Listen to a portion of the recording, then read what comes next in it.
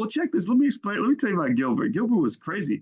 He had transferred to five different universities. He'd gone to five different schools, and University of Kentucky was school number five. And I remember hearing Gilbert tell me about school after school after school. And what happened was he would get there, he would have big plans, and then the school wouldn't give him what he needed. So he would switch, he would transfer. And then he'd go to the next school and he didn't like it there. He would transfer to the third school. And I remember thinking, man, this is like, that's a lot of work. So in the reality in that situation with Gilbert is that I think even Stevie Wonder can see that the problem wasn't the school, man. The problem was you.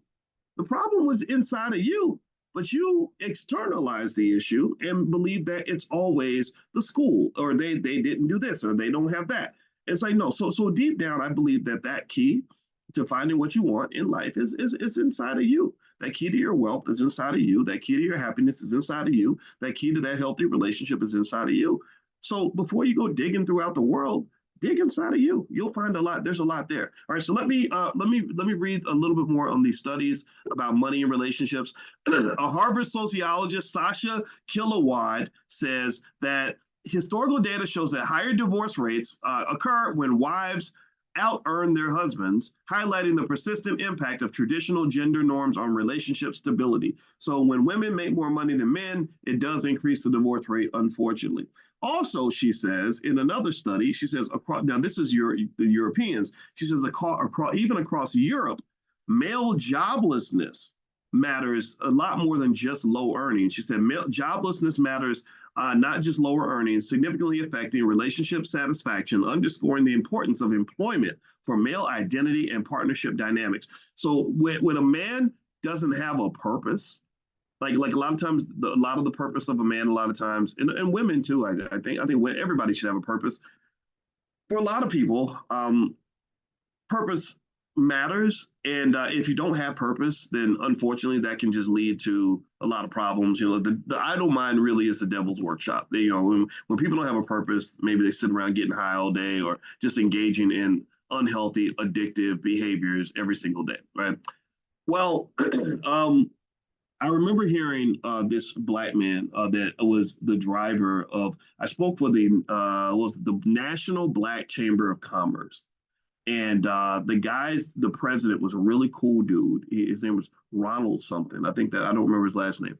And I met this guy, and I told him, I said, okay, now I don't want you to get in trouble for having me as a speaker. People have gotten fired because of having me as a speaker. I said, so do you want the real Boyce Watkins, or do you want the light version, the watered down acceptable version?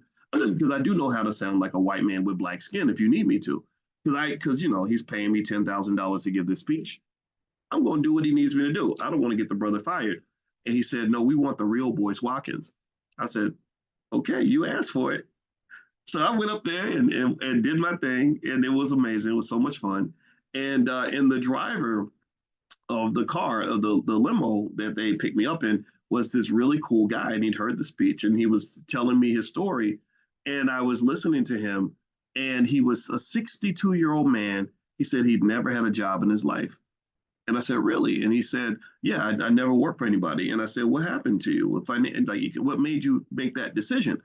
And he said, when I grew up in a town where all the black men worked at the steel mills.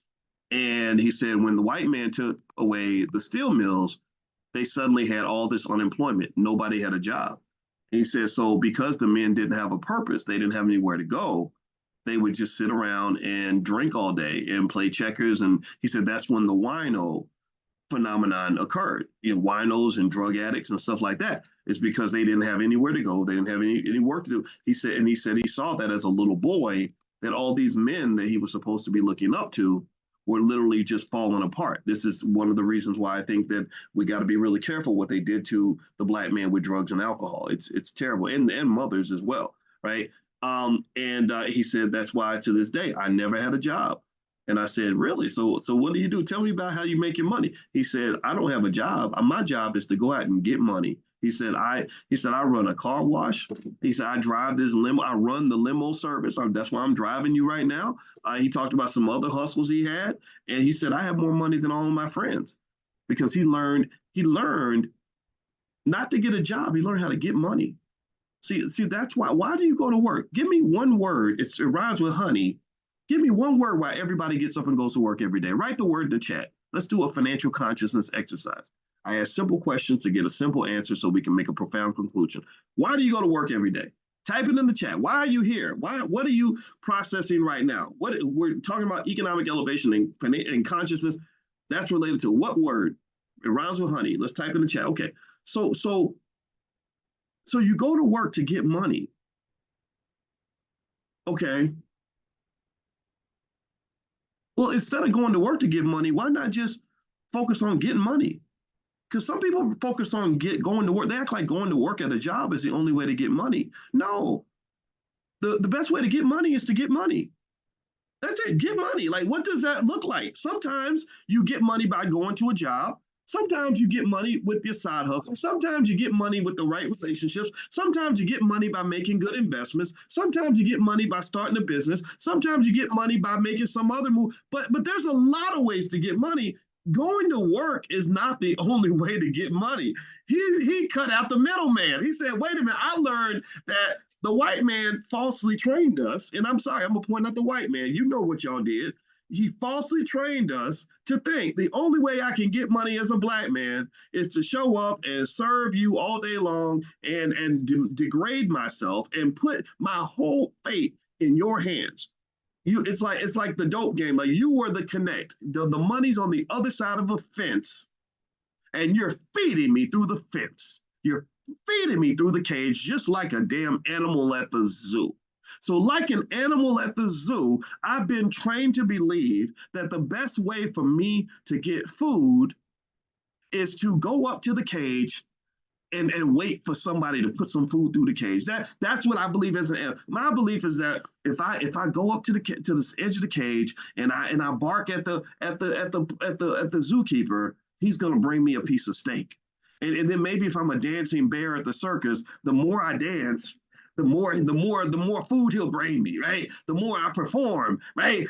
So you're making the wrong connection. You're thinking that it's your performing that gets you access to the food. You're thinking that standing up next to the cage and barking at the zookeeper is how you get a chance to eat. You're thinking that standing in the corner in the food section is how you're going to get fed that day, when the reality is that the best way for an animal to get food is to learn how to hunt.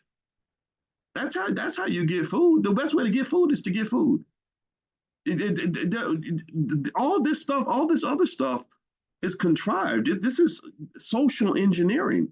They've socially engineered an economic system that falsely convinced you that the best way for me to get money is to go to school, make good grades, go in debt in college, fill out a job application, and then hope that the person who really knows how to get money decides to bring me into their system so they can give me a couple of crumbs. That's what they're doing. When you go in there, think about this. Somebody in that corporation you work for knows how to get money. They know what get money really looks like. They're out making sales, they're out raising financing, they're distributing their products, they're doing all these things required. They're acquiring customers. They know how to get money, but you never learn how to get money.